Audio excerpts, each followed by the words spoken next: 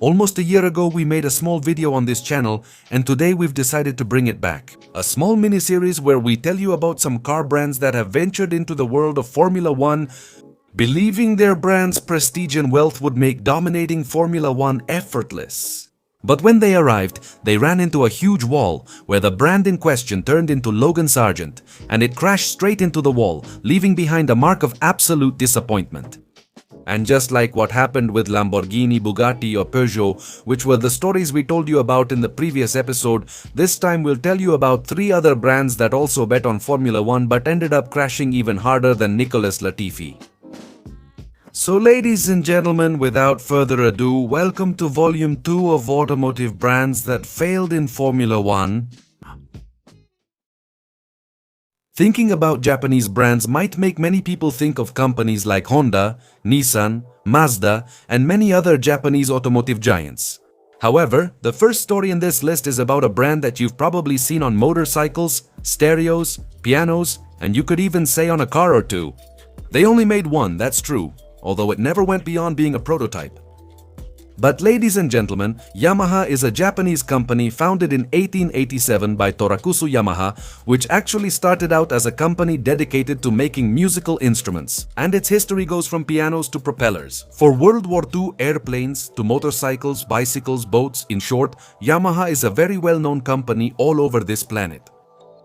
Starting in 1955, thanks to Genichi Kawamaki, they would found the Yamaha Motor Company, which would focus mainly on creating motorcycles, which is precisely this brand's racing DNA, where Yamaha has had a lot of success, mainly in categories like MotoGP. By the 1980s and 90s, Yamaha was already a leading name in the world of motorsports. They were rapidly expanding, quite successful, and the brand already had a solid reputation in engine manufacturing. They reached a point where they thought about expanding in a big way, and not only succeeding in the motorcycle market, but also taking a shot at Formula 1. And by the late 80s, they decided to manufacture a V12 Formula 1 engine, taking advantage of the ban on turbo engines in 1970. They were also motivated because they intended to launch their first sports car on the market to try to position themselves in the automotive world as well. The car in question was the OX 9911. But going back to the world of Formula 1 in 1989, they would officially debut in the world of the Formula 1 circus, powering the German team Saxby. And obviously, as a completely new engine supplier in Formula 1, it was normal and to be expected that they would make mistakes, but the problem was that the Japanese brand's mistakes were huge. The engine they designed was called the Yamaha OX88, which, as I mentioned, was a V12 engine, but the problem was that most engines in Formula 1 at that time delivered around 750 horsepower, and this engine barely delivered 600. It also broke down constantly, and these issues were first blamed on their inexperience with this engine type. In addition, for some inexplicable reason, Yamaha only assigned 5 engineers to its design and development, thinking that what worked for them in motorcycle racing would also work in the world of Formula 1. This engine was so bad that the performance of the Saxby was completely pathetic, and they only qualified for 2 Grand Prix races in 1989. One of those Grand Prix races was in Brazil, where the driver Bernd Schneider crashed on lap 36, and the other was at the Japanese Grand Prix, where they couldn't even compete due to a gearbox failure. It ended up being such a disaster that Saxby disappeared as a Formula 1 team after that season. And the level of disappointment was so high that even the people at Yamaha preferred to take a step back and not compete in the 1990 season. Their plan was, look, let's take some time off, rebuild the engine, come back and dominate Formula 1, we'll have some sushi, toast with sake, and get ready to beat Honda. That's what these geniuses were thinking. I can't prove it, but I don't doubt it. So after this break in 1990, they came back in 1991 with a new V12 engine called OX 99. In the end, they would manage to reach an agreement with the Brabant team to supply them with engines that season. But things continued exactly the same way, since the OX 99 was barely better than the OX 88. Overall, power barely increased. They were only slightly better than with the previous engine. The real improvement was reliability, as they finally stopped breaking the engine constantly. This allowed them to qualify for more Grand Prix races in 1991, but they were still far behind their rivals. Although their best result of the season was a 5th place at the Japanese Grand Prix, while they were celebrating a 5th place, Honda was winning again in Formula 1 with the McLaren team. Spoiler alert, things didn't improve for the Japanese brand in the following years. For 1992, they would power the Jordan team, but the situation turned into chaos again as they struggled with reliability and the team retired 13 times in 16 races. 1993 could then mean Yamaha's last chance to succeed in Formula 1, or it would be better for them to retire. And for that season, they decided to abandon the V12 engine and instead focused on a V10 engine which they named the Axe 10A, with which, after so much time, they finally managed to reach 700 horsepower. For this season, they partnered with the Tyrrell team, but although they were now fast, they still weren't reliable. But Tyrrell and Yamaha believed that once they solved those reliability issues, the results would come.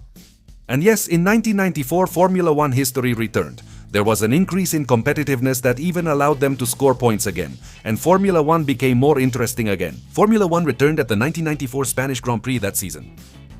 However, starting in 1995, Yamaha stalled with the development of their engines. In addition, unfortunately, Tyrrell would go through a crisis. Therefore, the results didn't come in those seasons, and Tyrrell preferred to switch to being powered by Ford starting in 1997. And this once again could have meant the end of Yamaha in Formula 1, but they would get a new chance to achieve success or definitely leave through the back door in Formula 1 in 1997. When Arrows, which had recently been acquired by Tom Walkinshaw, decided to be powered by the Yamaha brand in that 1997. And to tell the truth, this team had a lot of ambition ahead of them. They wanted to be a Grand Prix winning team, and their clear statement of intent was to hire the 1996 world champion Damon Hill, who would leave Williams to join the team. So Arrows and Yamaha would have the number 1 on their car, which was probably pretty good for publicity. However, no matter how much of a world champion you are, if you don't have the car, it's hard to get results. And unfortunately for Yamaha, the engine was still terribly uncompetitive. Despite that, they had a huge opportunity to win the Hungarian Grand Prix, where Hill and Arrows were on fire in that Grand Prix. Obviously on a circuit where the engine doesn't matter as much, but that would be secondary if Hill managed to win that race. During the race, he overtook Jacques Villeneuve and Michael Schumacher, with everything ahead and set for victory, likely the first and only for the Arrows team, until a hydraulic problem arose in the last laps and he ended up losing the race. Despite the failure, he managed to finish second, which was Yamaha's second podium in Formula 1, but it was a completely bittersweet result as he was practically touching victory. And unfortunately for the Japanese brand, that race and that particular season was the wound and the death blow for this Yamaha project in Formula 1, because after that year they withdrew and the Japanese brand has not been seen again in this world of the fastest cars on the planet, thus remaining as one of the engine manufacturers with the most Grand Prix races contested without a single victory ever seen in the Formula 1 circus. And to make matters even worse, the Yamaha OX 9911, the car with which they were going to debut in the supercar industry, was eventually completed. But it never made it to the market, because unfortunately, the year they were going to launch it, the bubble burst in Japan, which paralyzed vehicle purchases, which was practically the death of Yamaha's car project and the first story of the day in our Volume 2 of automotive brands that failed in Formula 1. Before going into war mode, Russia was looking to have a presence in the world of motorsports and in the vehicle market. In motorsports, we saw a huge number of drivers gradually debuting in different categories, with the most notable being those who made it to Formula 1 like Vitaly Petrov, Nikita Mazepin or Daniil Kvyat. In addition to this, Russia had its Grand Prix at the terrible Sochi circuit, and in 2007 a Russian company tried to attract the world's attention by producing supercars. Marussia Motors was a Russian company that created sports cars like the V1, the V2 or SUVs like the F2 SUV. And this was a company founded in 2007 by Nikolai Fomenko, Andrei Cheklakov and Libor Julasa, launching its first sports car in 2009. Something that's very important to point out is that this brand had huge ambitions from the start, since they wanted to be something like the Russian Ferrari and thought that the best way to achieve that dream was to stand on the same level as the legendary Italian manufacturer. That is, to enter Formula 1 and use it as the ultimate showcase for the brand. And that opportunity would come very soon in 2010. By that time, 3 new teams joined Formula 1. HRT, Lotus, which would become Caterham, and Virgin Racing, owned by Richard Branson, who partnered with the people from Manor. At first, Marussia joined this team as one of the partners, but thinking that wouldn't be enough, in November of that same season they ended up buying a majority stake in the team, and in 2011 Marussia Virgin Racing was born. Everything was going well with the Russians' plan, but there was a major problem. The team was very small. In fact, if we compare them to the real small teams of those times, they were even tinier. They consistently ranked at the bottom of the constructors' standings, and in 2010 and 2011, they were the championship's worst team. Obviously, they wouldn't have much in common with Ferrari, always stuck at the bottom of the standings. So they decided to move forward, invest more money, and for 2012, the team would be simply called Marussia Formula One. The base of the single-seaters they used in the championship was built on what they had constructed in previous years, and they didn't make their own engines because it would be too expensive to do so at first, so they paid Cosworth to supply them instead. And their car for the 2012 season was designed by Nikolai Fomenko, as well as John McKilliam, and even Pat Simmons worked as a technical consultant on that car, which they named the MR01. But despite the investments made by the team, their competitiveness was still quite poor.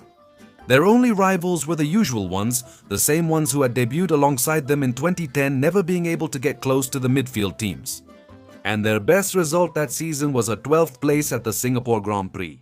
Finishing second to last in the constructors' standings without attention or results and always near the bottom, Marussia soon began facing financial losses with their Formula One team. And 2013 ended up being practically a repeat of what we had seen in previous years.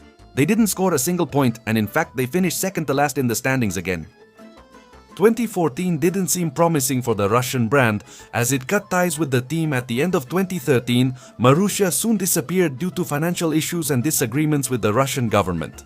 But the team kept operating under the name Marussia, but here a miracle happened and at the same time a tragedy.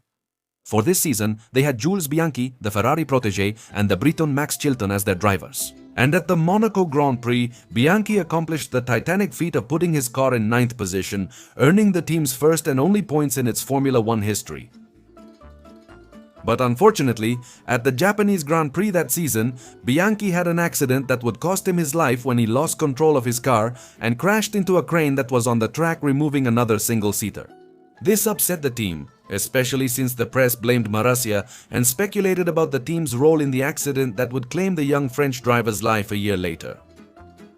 And the situation was not going to get any better, because during 2014 they fell into a financial crisis and, along with Caterham, they couldn't even race in the United States and Brazilian Grand Prix, and eventually the company ended up going into administration. In addition, the few people left from the now-defunct Russian car company would definitely leave the team. And after filing for administration, Manor ended up regaining control of the team, but they had to compete under the name Manor Marussia Formula One Team until in 2016 they were finally able to change it to Manor Racing. Completely breaking away from the Russian brand that wanted and dreamed of being like Lamborghini, like Porsche or like Ferrari, and in the end, their ambition and flying too high led them not only to lose in Formula One but really to lose absolutely everything. Thus, this is the second story in our video about automotive brands that failed in the world of Formula One. The last brand of the day will make us look back again at the land of the rising sun, to recall a story that was all about burning money like crazy and in biblical proportions. A brand that thought throwing money around recklessly and shamelessly was the easiest and more than sufficient way to achieve success in Formula One, but in the end, it's only remembered in this world as the greatest failure in the very history of the category. A failure as gigantic as the brand itself. The Japanese giant Toyota, the Japanese automotive company founded in 1937 by Kiichiro Toyoda. A brand known for manufacturing all kinds of vehicles, trucks, utility vehicles, sports cars and much more, which has not been a stranger to the world of motorsports. Before entering Formula One, Toyota already had a reputation in motorsports. For example, when they were World Rally Championship champions in 1993, 1994 and 1999 as constructors, in addition to winning 4 drivers' titles. And of course, they built a car to compete in the 24 Hours of Le Mans, the Toyota GT1, with which, in 1999, they managed to finish second in the prestigious race, as well as in many other minor categories in which Toyota participated. But the brand decided that in 1999 they had to go big so that Toyota could become much more recognized in the world of motorsports. And to do that, they decided to shut down their rally and Le Mans programs to bet everything on the top category of motorsports. Toyota's plan was to enter Formula One in 2001 under the motto, "At any cost." They believed success in this discipline would be Toyota's biggest showcase as an automotive brand. They authorized an insanely large budget, one of the biggest on the grid, to try to achieve those results as quickly as possible. This would involve hiring talented personnel, expanding the team's operations center in Cologne, Germany, with first-class infrastructure, including a fully modernized factory, wind tunnel, and countless other facilities. All of this was aimed at ensuring that Toyota would achieve success in Formula One no matter what. They decided to build their own operation from scratch. There was a lot of ambition from Toyota, which in fact couldn't make its debut in 2001, but had to delay it until 2002. But they would soon realize that having an absurdly large budget wasn't enough to win in Formula One. The 2002 season would be the debut of the Japanese brand, with Mika Mikasalo and Alan McNish as drivers, but it was a very tough season for the Japanese brand, scoring only 2 points throughout the entire season. Their car was uncompetitive, with many issues in weight, aerodynamics, and speed. But they figured, how could this bad result be their fault if they were Toyota, the giant Japanese automaker? Instead, they blamed the drivers and fired them, hiring Olivier Panis and Cristiano D'Amata in 2003, but things really didn't change much. Toyota continued to have modest results, only managing to score 16 points throughout the season and finishing 8th in the constructors' standings, very far from the goals and ambitions that Toyota had. And 2004 wasn't going to be much different either. In fact, Cristiano publicly criticized the Formula One car, and the reaction was presented in Formula One. Y 2004 tampoco es como que sería muy diferente. De hecho, Cristiano D'Amata llegó a criticar el monoplaza en público y la reacción desde Japón fue un rotundo "¿Sí, pendejo?". And because of this, he was fired. But this didn't prevent them from only scoring 9 points throughout the year, once again finishing 8th in the Constructors' Championship. Interestingly, that season they were accused of industrial espionage against Ferrari, but it was also a time for self-reflection to understand their mistakes. How to improve the process, how to solve the lack of speed, the reliability problems their engine had, and how little by little to move towards the top. To do this, they kept burning money, trying to hire qualified personnel. In fact, they hired Mike Gascoigne, and the 2005 car was the first to be designed by him. At the beginning of that season, it showed surprising competitiveness, achieving the team's first podium at the Malaysian Grand Prix and repeating it 4 more times throughout the season, where they finished 4th in the constructors' standings but still far from victory. The results were taking longer to arrive than the Japanese brand expected, but on top of that, this team followed a work philosophy that aimed to replicate what Toyota did with its street cars in its Formula One team. A level of attention and precision to detail that meant, for example, according to Ralf Schumacher, every engineer or employee had to rotate constantly to ensure that if one person failed, another could take over the work to guarantee quality for the customer. This, as an automotive decision, is perfect in itself, but in the world of Formula One, it doesn't work. This made the decisions and changes required by this team quite slow, making this philosophy ineffective in a world that moves as fast as Formula One. That was one of the major burdens that Toyota always had in its attempt to conquer the top tier. But even so, they decided to burn more money, be more ambitious, and aim for better results, but 2006 was once again disappointing. The car lost competitiveness again, and they ended up blaming Mike Gascoigne for this, where throughout 2006 they only managed 1 podium and fell to 6th place in the constructors' standings. And year after year after year, it was the same story. Drivers and staff came and went. The people inside the Formula One team felt quite limited by Toyota's way of working, and the results just didn't come. By 2008-7 seasons had already passed and they hadn't been able to achieve a single victory, but they still had one last big gamble ahead of them. The regulatory change for the 2009 season, which they hoped would be their big opportunity to achieve the success that had eluded them for so long. It was basically their all or nothing, and it was necessary and vital to have a good season to keep the brand's interest in Formula One. And yes, during the start of that 2009 season, they showed a lot of competitiveness since Toyota was one of those teams that had bet on the double diffuser, but in terms of pace, they were largely outperformed by the people from Brawn GP, although they collected numerous podiums in the first part of the year. But when the rest of the team started to evolve, Toyota began to lose ground and the fight for victory started to look more and more complicated. They, initially, before the season started, had set themselves the goal of finishing 3rd in the Constructors' Championship, and they could only manage to be 5th in the standings. With the ongoing economic crisis in those years, the lack of results, and a general sense of exhaustion within Toyota, they decided to announce their departure from Formula One in 2009, even though they already had the car for the 2010 season almost ready. In fact, experts commented that the car had a lot of potential to start winning races from that season onward. And unfortunately, this marked the end of Toyota in Formula One, at least as an independent team. Unfortunately, to this day, it's mostly remembered for burning through over 2 billion euros without achieving a single victory due to its lack of competitiveness. Which, taking into account the high levels of investment and the budget this team had, is considered the biggest failure in the history of Formula One when it comes to teams. 8 seasons, millions of euros invested, world-class facilities, and not a single victory make it hard for them not to earn that title. However, many years after that failure, Toyota returned in the 2004 season alongside the Haas team, not as an independent team, but with a technical collaboration through which Toyota seeks to somewhat redeem themselves from their previous failure. And in the end, only time and results will tell if at some point Toyota decides to bet on being in Formula One full-time again. Or if, after the horrible experience they went through between 2009 and 2010, they decide never to try again, being in fact the last brand in our Volume 2 of automotive companies that failed in Formula One. But ladies and gentlemen, with this we wrap up Volume 2 of automotive brands that failed in Formula One. But this is where I ask you, were you familiar with any of these stories? Would you have liked any of these particular brands to succeed in Formula One? And tell us which other brands you would like us to talk about for a hypothetical Volume 3 of this little mini-series. Let me know all your opinions in the comments section. So, before I go, if you like this video, give me a thumbs up, subscribe to this channel, turn on notifications so you know when I'm uploading a new video, and share this with your friends. Follow us on Instagram and Twitter using the links in this video's description. See you soon for more content here on Skyline Racing. Thank you for tuning in and see you later.